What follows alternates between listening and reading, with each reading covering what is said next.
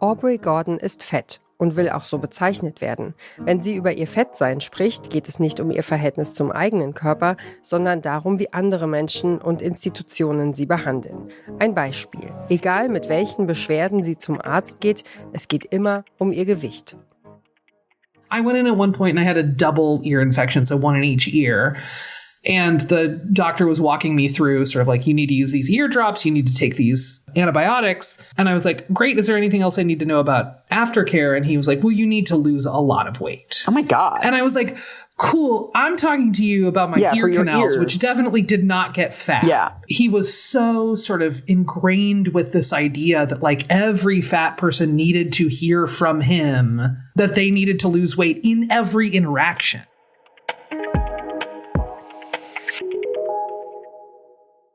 Das sind die Autorin und Aktivistin Aubrey Gordon und der Journalist Mike Hobbs und ihr hört den Podcast von detektor.fm. Heute empfehlen wir euch den Podcast Maintenance Phase. Wer fett ist, bekommt ohne zu fragen Abnehmratschläge bei der Ärztin, von Fremden im Supermarkt, von entfernten Bekannten auf Partys und vom besten Freund.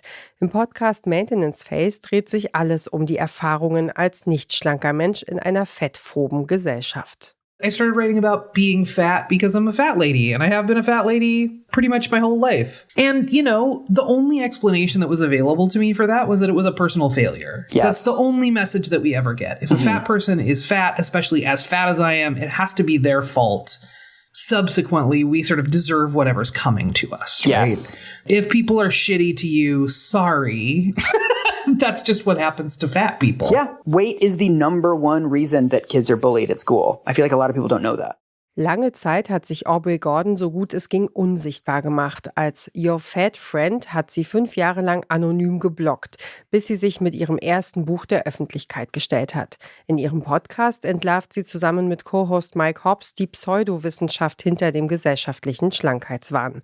Denn das Verhältnis von Gewicht und Gesundheit ist komplexer, als unser alltäglicher Umgang mit fetten Menschen vermuten lässt. There are unhealthy fat people. There are unhealthy skinny people. There are healthy fat people. I mean, I think the fundamental argument of the fat activism community and the fundamental argument of this show is that this is all individual. Weight and health are two distinct concepts, and sometimes they overlap and sometimes they don't. Mm-hmm. So one of the most striking statistics I came across when I was researching a big, long article that I wrote about this 2 years ago now, I think, is that 1/3 of quote-unquote obese people have completely normal health markers, like they are not unhealthy, they do not have any of the risk factors, and around 25% of skinny people do have the risk factors. Yeah. So the whole point of this is that individual variation in this matters, and weight and health are not the same thing.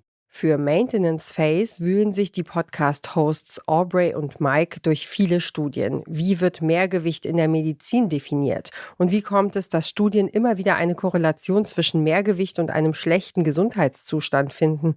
Mike und Aubrey haben eine Erklärung. Fat people have a lot more in common than just their weight, right? So another thing that links the experience of fat people is worse medical care. Yeah. Because fat people often delay going to the doctor because they know that doctors can be extremely stigmatizing about their weight. Like I interviewed, I think it ended up being like 66 people for this article for HuffPost that I wrote 2 years ago.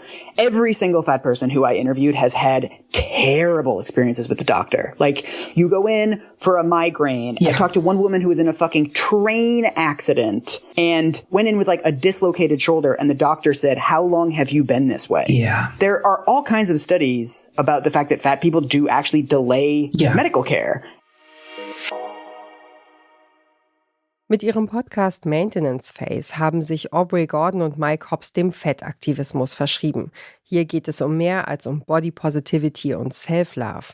Die Hosts wollen, dass wir hinterfragen, wie Fettsein zu dem Stigma wurde, das es heute ist und welchen Anteil wir daran haben, dass es weiter besteht.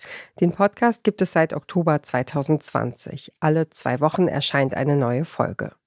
Und wer diesen Podcast hört, vergleicht Äpfel nicht mit Birnen und verwechselt Lauch nicht mit Porridge. Das war unsere Podcast-Empfehlung für heute. Um keine Folge zu verpassen, folgt dem Podcast von detektor.fm auf Lekton, Overcast, TuneIn, Radio Player oder Downcast. Wenn ihr eine Podcast-Empfehlung habt, die ihr mit der Welt teilen wollt, dann schreibt uns eine Mail an podcastpodcast@detektor.fm. Dieser Tipp kam von Joanna Voss, Redaktion Caroline Breitschädel und Doreen Rothmann, Produktion Stanley Baldauf und ich bin Ina Lebetjew. Morgen empfehlen wir euch den Podcast Die Sache ist die. Wir hören uns.